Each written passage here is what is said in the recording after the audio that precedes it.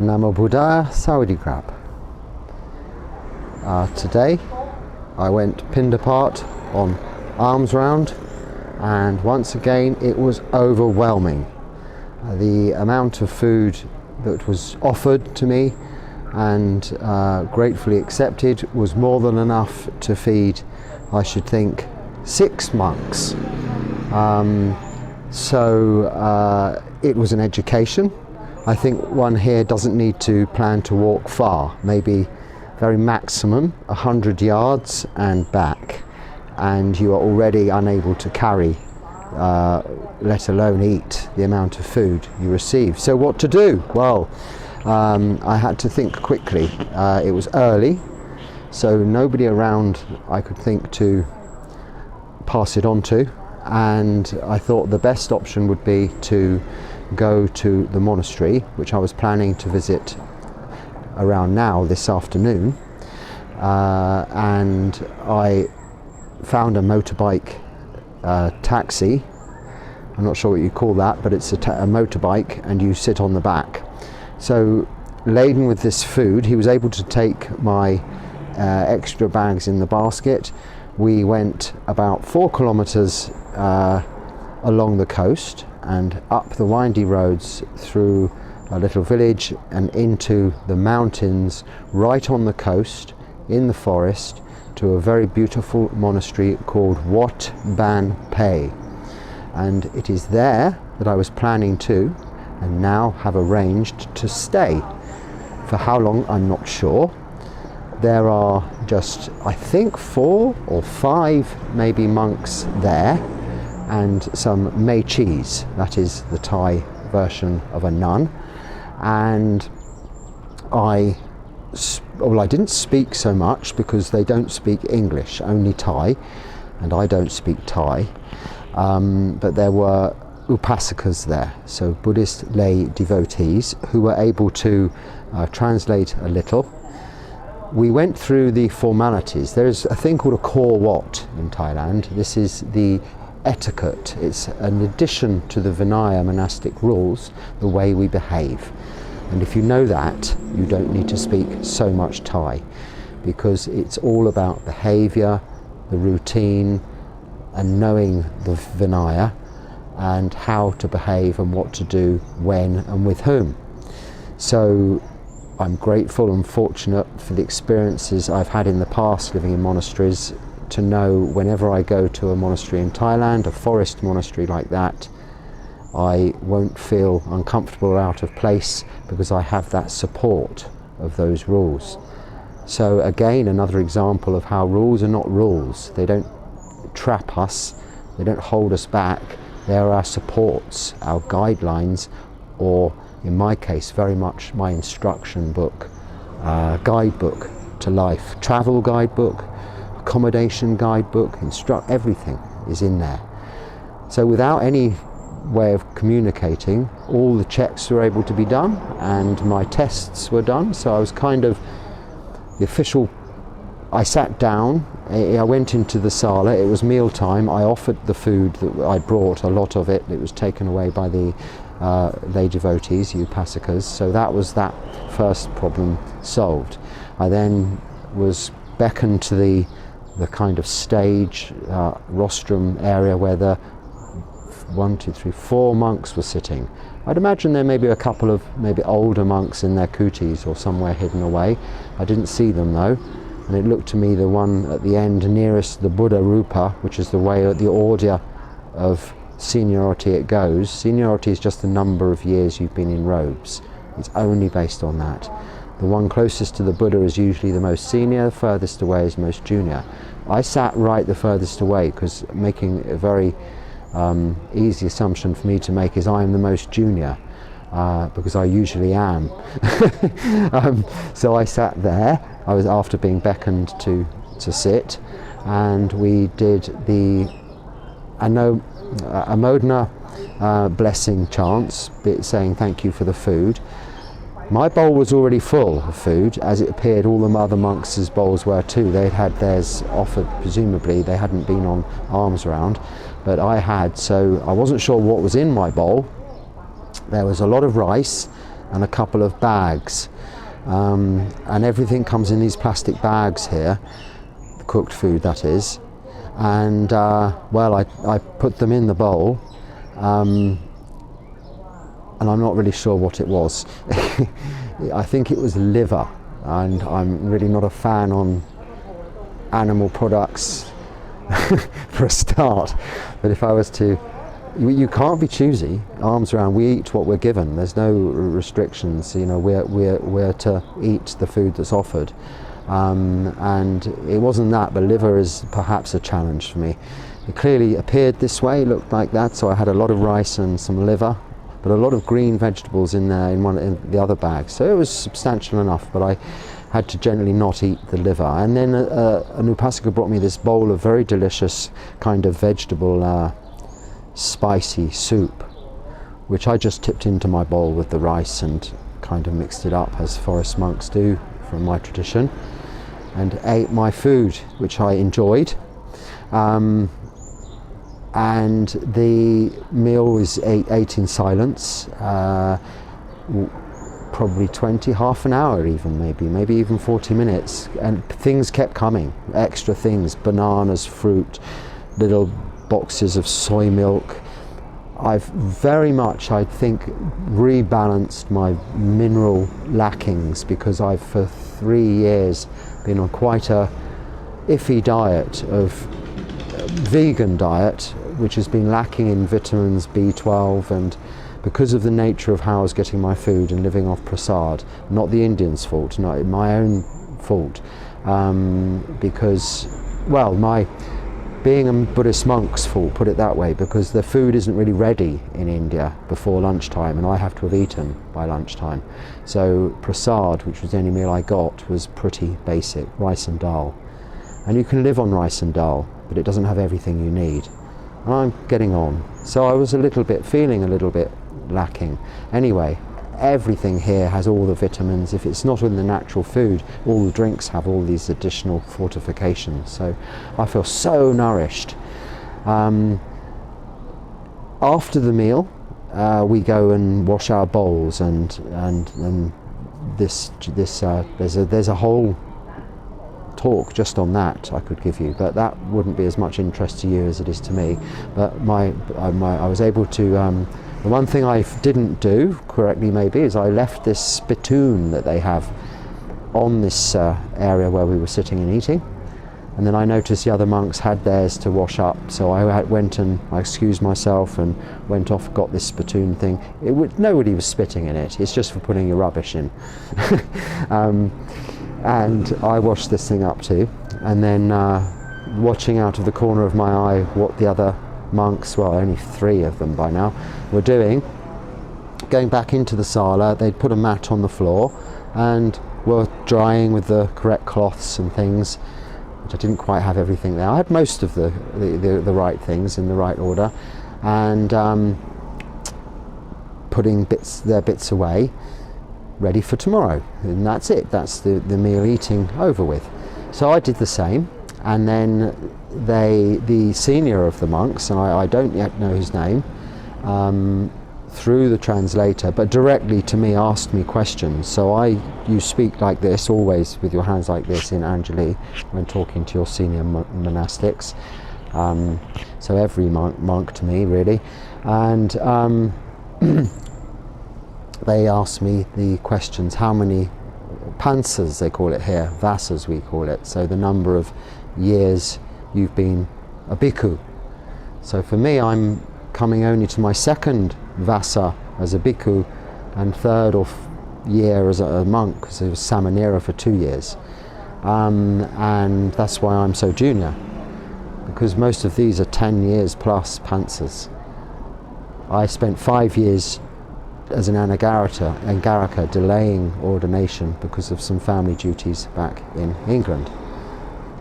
And then COVID, that's another story. But this was the question. Then where have I come from? Oh, what is my name? Name was a bit tricky because I'm not used to, it's different here again. I'm Bhante Dhammarakkhita in India. It's not used so often because they just call everybody Bhante or Swami or this and that there. They're used to monks and they never know their names, so they've got many titles for anyone looking vaguely religious. Here they're quite specific. You're back to your given name at birth. So mine here would be, they would call me that. The shortened version, which would be Dan, okay, D-A-N, and they will call you either Phra, P-H-R-A, Dan, or T-A-N, Tan, Dan. And as they pronounce D like T, and I think T like D, I'm not sure, I'm like Tan Tan. So I'm Tan Tan, or Phra Dan, I think. That's how I think that's how we concluded, and how I thought it would be. I used to be Anagarika Dan, so now I'm Phra Dan, which just Phra is like venerable, and venerable in Pali is Bhante. So the correct terminology would be Bhante, but different countries and different even locations in different countries have different styles. So names over with, then where have I come from? He had to go through the formalities of asking if I had identification. I did, fortunately. I don't know why, but I had my passport with me. I hadn't thought of this because I'd done this without planning. I just had all this food and jumped on the back of a motorbike. But today I had my passport, and in my phone I have a PDF version of my what you'd call monk's license. It's my ordination certificate, which has got your photograph stamped by the relevant authorities and all of the names of the senior monks at your ordination. It's quite a complex document, 2 A4 portrait pages, which is that size, so I don't carry that around. It's in India. I have a PDF version of it on my phone, and they looked at these passports and this with some interest and had interesting little conversations about the interesting things that interested them in those. They probably don't look at very many passports, I shouldn't imagine, especially English ones. So, and all of the stamps in there were probably of quite some interest. Lots of Thai stamps, of course, going back and forth over the years. My passport's a 10-year passport, and it's probably 8-9 years old, so it's got a lot of Thai visas in it. Cambodian, Indian, probably that's all I can think of at the moment. China. Anyway, then he asked me a few little interview questions. Why did you decide to become a monk, or something like this? And I thought, well, I need to try and keep this one short. I could speak for 40-50 minutes on this, but if I can't speak the language, and this poor Vipasaka who's translating was really just doing the basics of yes, no, I don't know, okay, good, let's see, and have you got somewhere to stay tonight? I said yes, these people kindly accommodating where you can see around me, behind me, under this beautiful Bodhi tree, and beneath that is this statue of Guan Yin, and this is my veranda where I made the little recording last night. It's now 2 or 3 in the afternoon, something like that now, so it's nice and bright. I said yes, I have somewhere I actually wanted to give myself some little time. They properly invited me to stay there and then, right from that moment, as they would always do once they've checked you out to know you're the real thing, which is understandable. They said, would you like to stay? And I said, thank you very much. Yes, I would very much like to stay. And I said, they said, and they'd already asked me if I had a room for tonight. I said, yes, I do have the room for tonight. So I would like to go back to pay my respects to the owners and give thanks and amodana for their hospitality, which is what I will do.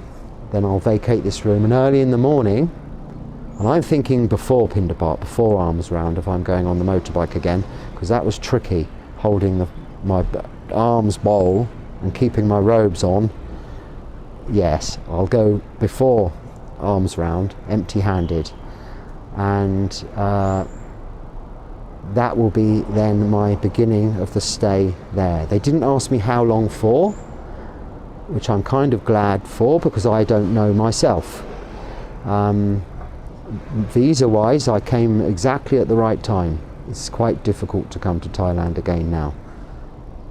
Day before yesterday, it was very easy for British. When I say difficult, I don't know enough about it as an ordinary tourist, but the understanding is there's this issue not only with the vaccination certificate, which is fine, I have that. The country you're returning to, if it's one of three, including India, China, and I'm not sure what the other one is, a country basically where you have to have a, what's that PCR test thing up your nose before you can go in the country, which was happening last year this year when I was in November going to Nepal for my last visa run, and England. You have to, if you have that, then you need this special insurance in this country. Well, I don't have this special insurance in this country, and I think it might be difficult for me to get, but that doesn't matter because I could go back to my country, England, where I don't need a PCR test. I don't even need a vaccination certificate, which means I don't need this special insurance. So there's a little complication there, but it's not a problem because I will be very well looked after by these monks now. I will be hopefully able to help around the place, do some duties, because this is what you do when you go and stay in a monastery. I mean, it's nothing that hard, it's sweeping, it's nice, but it's a beautiful place. I'm not sure what the policy is going to be with regards to using mobile phones and such like. Appreciably there, I'm sure I can use my phone, but I will be a little subtle and discreet. So if I go quiet for a couple of days, I've not disappeared. I will be thinking about the questions and the comments I have, and they're building up quite quickly. I will be replying to them. Either I will hopefully make videos with them and reply to you directly. For a little while it might be easier replying to you directly. We'll see how it goes. I never make videos even of my own monastery in Bangalore, you may have noticed, of the monastery inside. The reason being, it's our home. It's not my home so much, it is my home, but it's also my brothers, my other monastic colleagues' home. It's their private place. And it's open to the public, but the monks' living accommodation isn't. But the point is, these videos are about the Dharma, not about the monasteries where I stay. However, the surroundings of the monastery where I'm going to stay are particularly splendid. Not only is it the most beautiful national park forest on this mountainside, it is a completely untouched and unspoiled paradise of beach coastline with rocks, sand, beautiful trees, no cafes, restaurants, sunbathing things, benchy things, umbrellas or tourists, nothing like that in sight, just purely beautiful scenery. So I hope to be sharing some of that with you and having some nice evening and early morning walks to see the sunset, the sunrise, the moonrise, the moonset. All of this I'd like to be sharing with you if the opportunity arises, only because it is a theme for our practice, tranquility, and sometimes visual aids can assist. What we see, hear, smell, taste and touch is certainly very much a key to the way we feel. The formality's over with. They said, right, that's it. We don't sampalapa is idle chit chat is one of our rules we don't do. So once we'd got through the formalities, it was just a case of leaving, and I left. Excuse me, my alarm has gone off. I'm going to just quickly turn that off because it'll keep going off.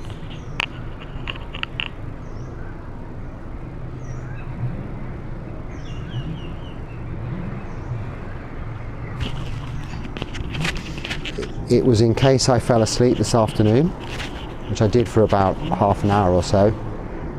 I think I set an alarm for 3 o'clock to ensure that I didn't sleep too much, because I'm just still adjusting to not so much the time zone, it's only 2 hours difference, but the 2 nights literally of no sleep. I'm vitamined up and well adjusted to all that now, fit and ready for my service at the monastery. I don't think of it as service, I don't like that word, but that's what we call it, service dana, if you like, seva dana. To me, to live in a monastery with senior monastics, and a very, very beautiful monastery from my point of view, because there are only 4 monks. Now I could, and I'm sure I'd be welcome, where I've stayed before, I've gone to my monastery, which is up the mountain, the opposite direction, but it's a beautiful monastery, it's very big, it's a forest monastery, and they know me, I know them. It's a lot of monks, and I wanted the experience of a forest monastery with just a few monks, and also where nobody speaks English, because there's always English speakers at my other one. Why? Because it really does help me, as I found when I was in Tumkur for the Vasa 3 months, it helps me really focus inwards with my practice. I know I make these videos, but it's a very short part of the day. It's literally as long as this video lasts is as long as I'm talking for. The rest of the day I have no one to talk to. Okay, plenty of people, but no one who would understand one word that I'm saying, so no point. That was the same in Tumkur, it's the same here in this place. India's slightly different because they speak English, but I did come to learn that much of the time, even though they say they understand, they really don't. So you've got to be quite, again, limited in what you say. And that's only in the big places. Where I was staying, nobody really spoke much. So, formalities dispensed with, I packed my bowl up in that special bag thing I have, which came in to its own today because I found also it's a warm bag. It's got a sort of reflective inner lining. You zip the bottom up, take your arms bowl out, and all the extra food goes in there and keeps nice and toasty warm. And you can hold it over your shoulder with your pinda part over their shoulder too there, and you're a walking canteen. Quite an amazing design, really. So thank you, Bhante Ji. I won't say your name, for supplying that. I don't think he watches these videos, by the way, but I'm still grateful to him. Thank you, Bhante Ji. B. So this formalities dispensed with, I used the toilet, and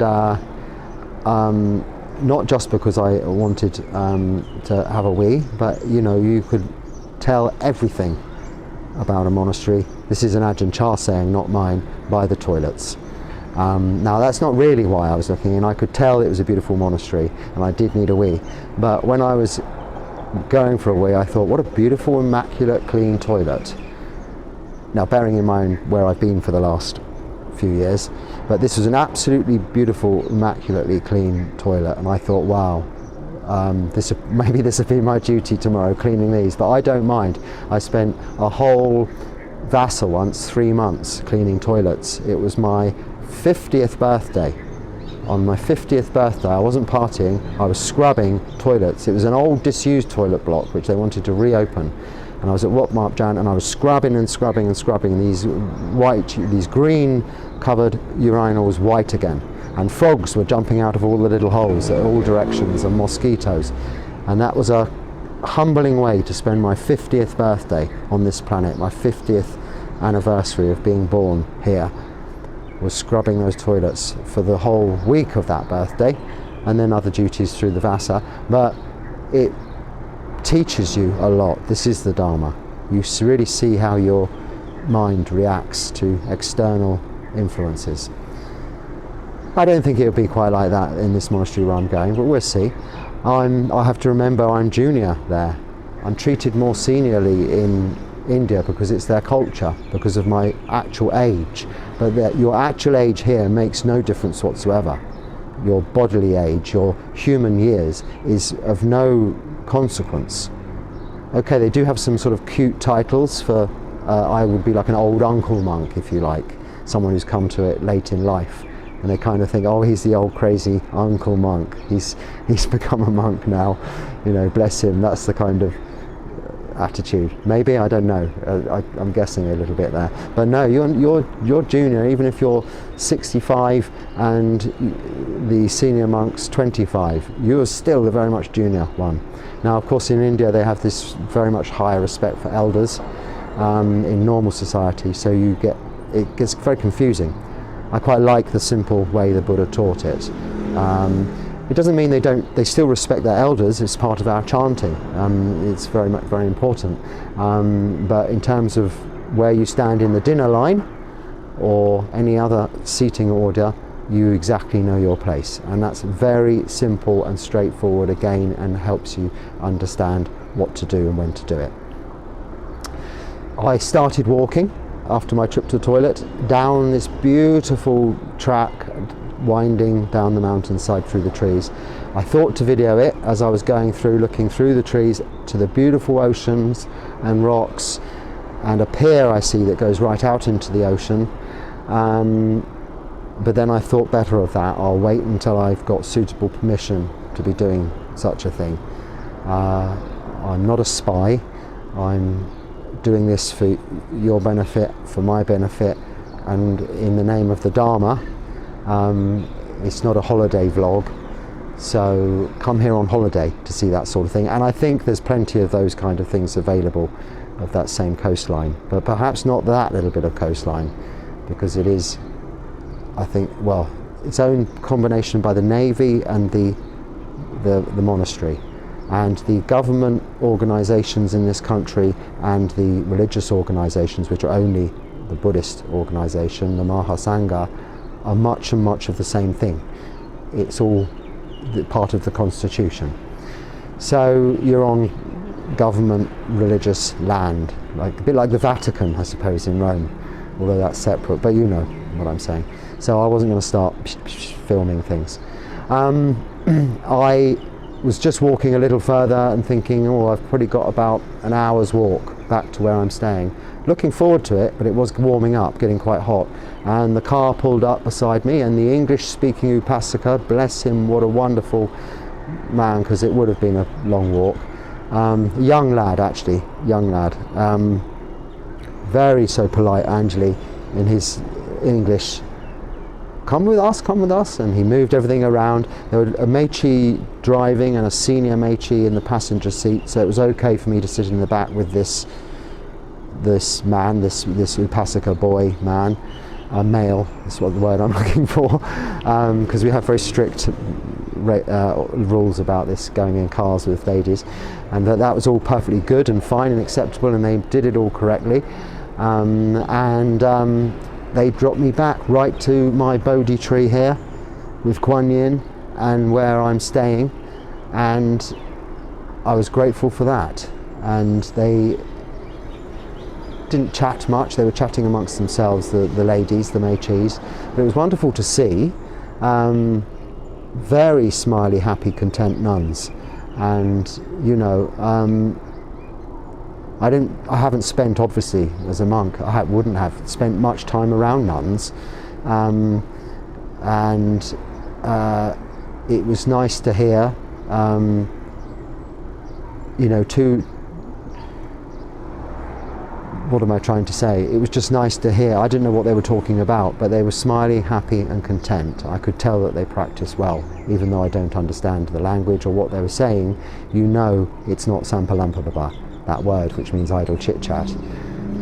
They did stop and buy a couple of things. They were on a food shopping mission, I think. Maybe they are doing the cooking for tomorrow, preparations, however it works there. They dropped me back here. I have had a... Oh, I've been washing my robes, making sure I go with everything already clean and ready to go, so that I've got a good few days before I have to start anything domestic there. And initially, you stay in a monastery for a maximum of 3 days, and then if they like you're okay, 7, and then if you're okay, 3 weeks, and then if you're okay, 3 months, and then if you're okay, 3 years, and then if you're okay, the rest of your life. Something like that. I don't know, I haven't got a plan. I've got a visa for 45 days, less how long I've been here, 2 or 3, until the 20th of February anyway. as it stands at the moment, with it as it is, and I don't know how these rules are going to change again, the way I understand it, I cannot actually go back to India directly unless I'm getting an onward flight from an airport there back to another country that doesn't require a test. And as that is not the case, I'll have to play it by ear, or I would have to get the insurance. And I don't ever get holiday insurance or any kind of insurance, because I'm insured by my own support network without going into it any further than that. But whether or not that's satisfactory evidence for an airport person checking, and I did have problems leaving India by one of those very same people over a trifle of a matter. Basically, I didn't have an onward bound ticket. Well, I wasn't onward bound. I said I'd just be coming back here, but I don't know when yet. But you need a ticket. Well, what if I go somewhere else anyway? This was a problem. I had to buy a ticket, which I don't need or didn't want, but I bought one. Hence, I have a ticket for the 20th of February, which is technically of no use now. But I got a flexible. I never tick the flexible option, but I did this time because I just know for sure it'll have to be changed, either a location or timing.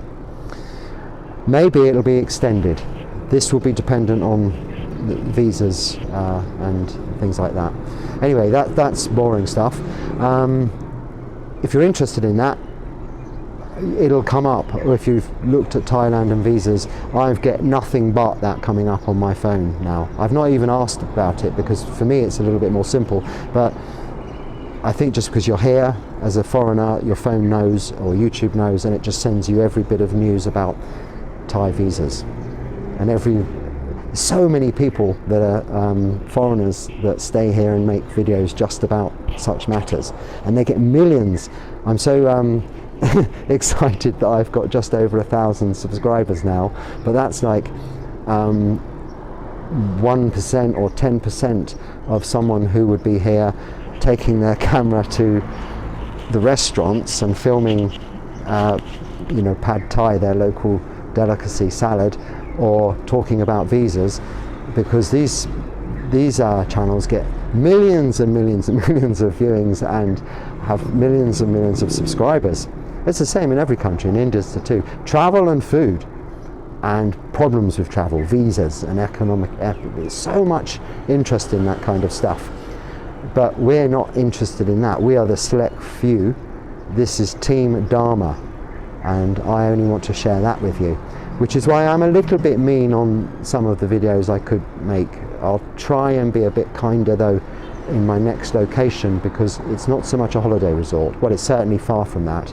This is a part of Thailand that is within 2 or 3, 4 hours of holiday sort of places and islands and things, but it's pretty exclusively a fishing port and an access point to one of the islands. Other than that, there's not much going on.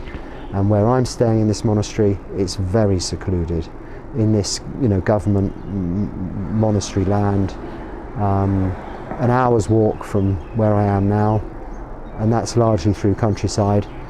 And it should be an interesting place for me to talk to you about how my practice is going, not specifically, but how the practice is different for a different location, which is considerably different to where I have been practicing, which is of course a very busy place. Wherever you go in India, it's busy. Even in the forest, it's busy. Things going on. It's a huge population, the same size population as China now. This is very much a more quiet place. I've stood on this veranda now speaking to you for I have no idea how long, and not once, apart from my alarm interrupting me, have I had cause to be distracted or interrupted. I'm normally having to really focus on this camera like this and blinker out what's happening there and there and there and there when I make these, so that's been difficult. At least it's made me get to the point now. Now I'm waffling. But also, I'm not sure when I'll be making the next video. It might be in a couple of days' time. It might well be tomorrow. Until I get there, I will not know. This is uncertainty. The Thai word for unsure, not sure is mai nai. Mai nai, mai nai. Ajahn Chah, the sort of founder of this section of the Thai forest tradition, which is my background, if you like, he would say mai nai, mai nai. It's anicca, uncertainty, or impermanence. So in the nature of all things, anicca and mai nai, as we're in Thailand, I'm going into something new again, a new adventure, a new chapter of my practice. We're all facing new chapters each and every day with our practice. Things will come up within our own minds. You don't have to move from where you're staying. In fact, moving from where you're staying is in a way distracting yourself from really what's going on, which is why I'm going to the seclusion of no one speaking in English, just 4 monks, a few simple duties, and a very quiet, well, forests aren't quiet, they have animals and birds and creatures, but a very unaffected by human beings and industry forest in a very beautiful location, to really have nothing else to do other than practice. But I will set aside an hour a day to update these subscribers on this channel, the rest of this Dharma team.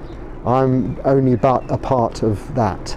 So whatever is that, if I'm one of 1,000 and whatever, I'm 0.01% or 0.5%, however it works out, of you, because what I talk about is the questions you ask, really, and the comments you make. So please keep those coming in. I will get round to answering them and discussing them all, even though I'm a little behind because of my travels. So, I'm going to say one more thing. This is quite funny. Well, it's not funny. You might think it's funny. Eyebrows. You see, I have eyebrows. Now, someone said you should do something about your eyebrows. It was some family member, I think. No one would normally say that to me. Well, no, we don't do any snipping, if you remember. No vanity projects. I don't even have a mirror. I'm quite strict about that, so I've no idea what I look like. That's a little bit untrue, because there's a reflection of me in this window here, although it's not very clear, so I can't certainly see my eyebrows, but they are untended to. So I shave my head the day before every Uposatha, and technically you shouldn't shave your face, but I do every so often. You know, I think it's respectable for a man to do that, because it's more noticeable than this. Anyway, I'm not going into all this horrible sort of hair things, but eyebrows is particularly interesting in Thailand.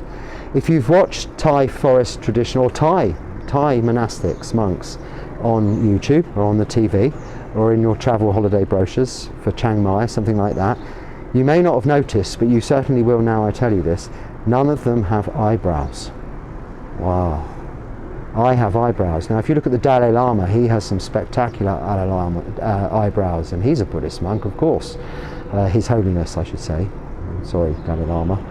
And all the monks, even the Theravada Buddhist monks of my tradition in India, have eyebrows, you see. And I have eyebrows.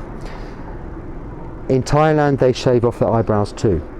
Now, I don't know how true this is. The reason is, apart from this, again, the reason we shave our heads for a dropping of the personality view and the identity, it could be a little bit because they can get a bit unruly, maybe, if they're left to their own devices, although they're not going to go far. I did see this Chinaman in the airport on the way to China, though, and he had eyebrows literally that grew round like this and came down like this. I'm not exaggerating, literally black like this. He'd maybe waxed them or something like this. They came down like this, like one of those long Chinese moustaches, but out of the top of his eyes. And I thought, I'd like eyebrows like that. That's so cool. This is very early days of my practice, but it may be that these eyebrows are going to have to go, because I am now very aware of them. The reason I prefer to keep the eyebrows is they do have very practical uses.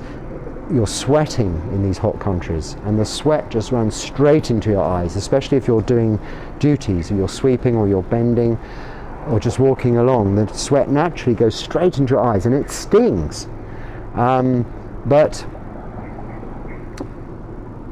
I think it might be in order, as I come from the background of being trained in Thailand, even though I was ordained in India, that I go back to the no eyebrow thing.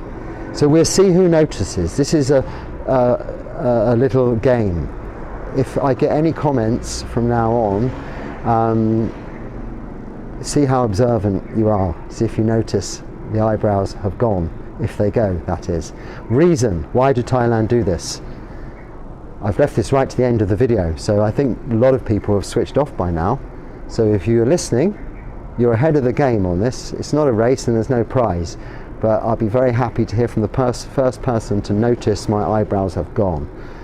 And that does not include a particular family member, because that's cheating. And it is my only family member. No, there's a couple possibly. I don't communicate with family members via this. So, what was I going to say? Yes, the reason. Why do they shave their eyebrows in Thailand? In the Mongol Wars, Thailand's never been successfully invaded and taken over. Not in thousands and thousands of years anyway. Certainly not since Buddhism. And I think, I'm not 100% sure on my history, but the story is that whilst the Mongols, who, Genghis Khan and these guys, was invading everywhere, he'd send his troops into Thailand, and the best way to infiltrate the villages, the cities and the towns was to dress his soldiers, not as soldiers, but as the fierce soldiers they were, but shave their heads and put them in robes, and they pretended they were monks. And of course they got into all the villages and the important places, and then they were able to make their attacks. So very cleverly, the Mahasangha of Thailand, the chief monks amongst them, said, we will, next time we shave our heads, we'll shave off our eyebrows. Then from there on, because if you remember, our Upasatha night, our Patimokkha, is done in a sema. I might not have told you this, but it's done in secret. No members of the public come to our recitation of the rules. So any meeting decisions that are made amongst the monks are only between the monks. No one from the outside can hear or get to know that. And they wouldn't be going, fake monks would not be going to that meeting. They wouldn't know about it and they wouldn't be able to get in, because it has to be their own people they ordained with, or their brother monks that know them well. Like they've checked me out in this monastery, similarly things would be checked out. So anyway, even back then it's the same procedure. These monks with eyebrows were infiltrating all of these important places and then making their attacks. But of course, it became very obvious after a short while, let's say 15 days, all of the monks shaved their eyebrows off. Anyone with eyebrows was a fake monk, and that was the answer. So they were found out, they were asked politely, I'm sure, to leave the country, and they left, and therefore Thailand remained Thailand, unaffected, with its monarchy in place for many thousands of years to this date. That's how I understand it, and it could be just an urban or rural myth, but I think it's quite a nice story, and I can see no other practical reason for shaving off your eyebrows, and we'll see how it goes. Maybe this will happen, so watch this space. Maybe they'll go, maybe they'll stay. I don't want to say this bit of the story, but I have to say this bit of the story, because when I was first planning to ordain, I couldn't ordain. My father, he was dying. He died a couple of years ago now, a few years ago now, before I came to India. He had cancer, and I was visiting the, what do you call them? The ward, the hospital, with my sister. My sister took care of my father. I was travelling in Thailand, going back and forth. So if I was going back for anything, it was not, I'm not laying any claims to being of any much support other than to support my sister in a fun, brotherly kind of way. Because my sister had the burden of responsibility out of the kindness of her heart and compassion to look after my father. But to go with a shaven bald head, and I wasn't a monk, I wasn't in full robes then, I was just wearing white, the Upasaka layperson's clothes, Anagarika white clothes, to go into the, what are those wards called? Anyway, where they treat cancer in hospitals, That's tip of my tongue. Maybe I haven't had enough sleep yet. But anyway, when you've got your head shaven and your eyebrows shaven, it's only fair. The doctors, the nurses, and every patient and person in there thinks you are a patient, because you look the same. You've got this is the same look. And I felt a little bit embarrassed, by this, not from my point of view, but people are feeling compassion for you that is undeserved. I mean, I've just come back from a nice time in Thailand, and they're feeling compassion because I've got cancer. Well, I haven't. I felt like like a fake cancer patient. Can you imagine? So I was happily, quickly, and glad to grow my eyebrows back, because it really does only notice in those situations when you know. If I hadn't told you this, if my eyebrows disappeared, you probably wouldn't notice. Some of you might, more observant maybe. But I saw a monk in India the other day, one of my brothers, one of the ones that ordained with me, and he'd shaved his eyebrows off. I'm not sure why, his reasoning. And it took me a little while to work out what was different about him. And these were big black eyebrows, which were now no eyebrows. So it's not something you notice straight away. And I remember when I first did it, and I went to my dad's office, and he stared at me for quite some time. And I knew he noticed something, but bless him, he never actually said. So I did explain to him later on when he was with his wife and they were at their home. And was it at his office? It couldn't have been at his office. Must have retired by then. But anyway, he was somewhere. But a weird story. I don't know why I finished this, my talking to you today. It's been just a lot of Sampalampapa that I've been getting off my chest today, I suppose. And I will try now to rebalance, refocus. My direction is now unhindered by certainty and unhindered by uncertainty, if that makes sense. I have no plans other than to practice.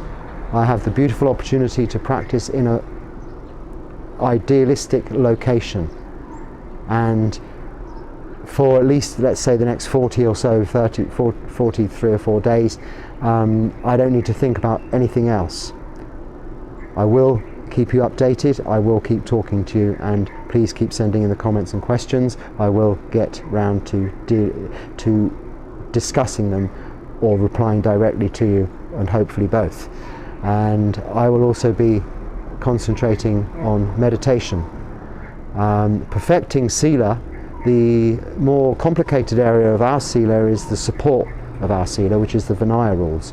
And living with just 4 monks, but in a very established, old and large monastery, physically large in terms of its grounds and its facilities, so therefore quite a large support network of lay people, one has to be very aware of these support rules, these Vinaya, and this core what. So I'll be reminding myself of that, and this will be supporting my practice in meditation.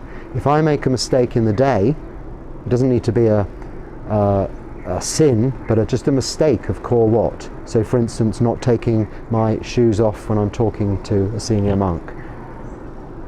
I've such a habit of doing that, it wouldn't happen, or not going like this.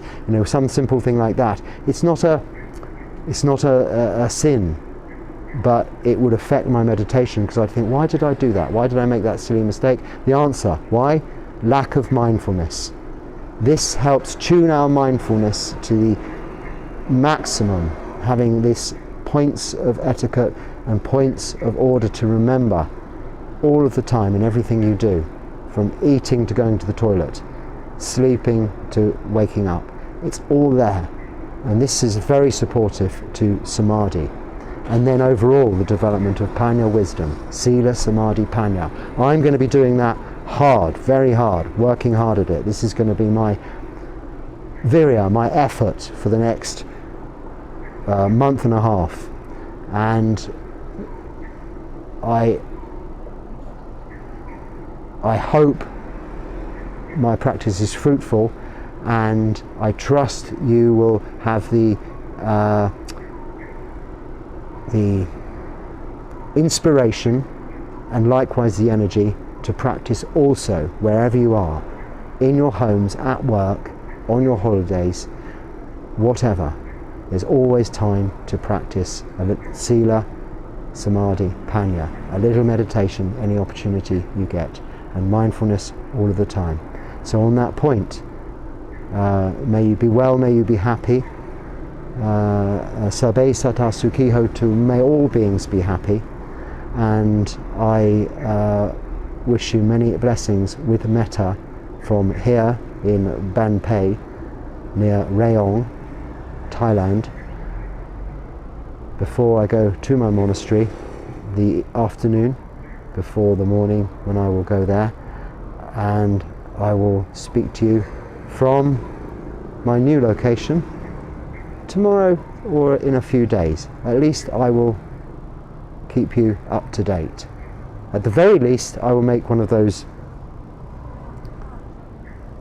community announcement things.